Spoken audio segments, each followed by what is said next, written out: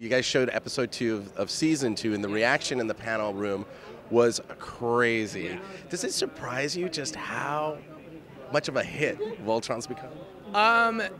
Pleasantly surprised. Yeah, it's very nice. I mean, whenever you're starting a show, and I always say this, like, you don't want to expect something's going to be a hit because you don't want to, like, get your hopes up. And you really never know how people are going to respond to anything. But you do have some things that, like, kind of at least inform you of that. I mean, the fact that Netflix is doing it, they do great stuff. DreamWorks Animation is awesome. And just the writing and creative team, when I knew it was, like, people that have done like Legend of Korra and a lot of the same art styles like Last Airbender, I was like, okay, it's in good hands. It's in very good hands. And just the fact that it was such a big thing for so many people back in the day, all of that combined, you're like, yeah, you kind of want to be down with this show. And so then when it did come out, you get like fingers crossed, you're really hoping people love it, and then the response has been just amazing, and you're like, okay, sweet, this is good. Cool. So tell us a little bit about where we can expect to see Lance go in season 2. Lance is still gonna definitely be Lance. He's still obviously, like you saw in that episode, he is flirting with all the mermaids.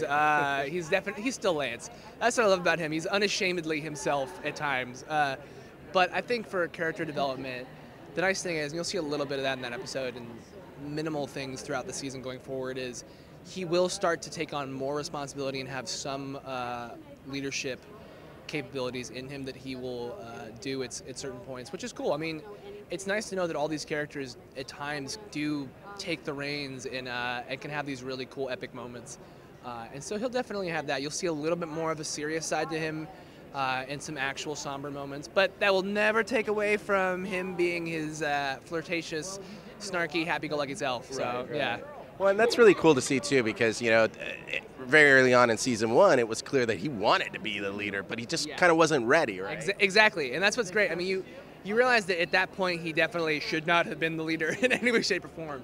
And not even necessarily that he will ever be, like, the leader, but he will definitely become much more of a important part of the team, and he'll really start to hold his own, and actually, and at times when someone needs to step in and do stuff, he will, which is really, really cool.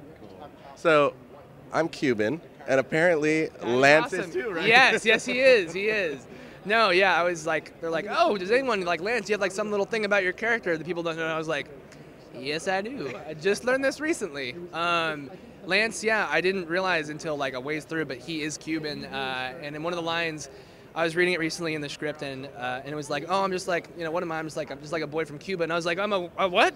Like, oh, okay, cool, sweet. I was like, did we all know about this? They're like, yeah, that was been pretty obvious. I'm like, did I just not realize it? Okay.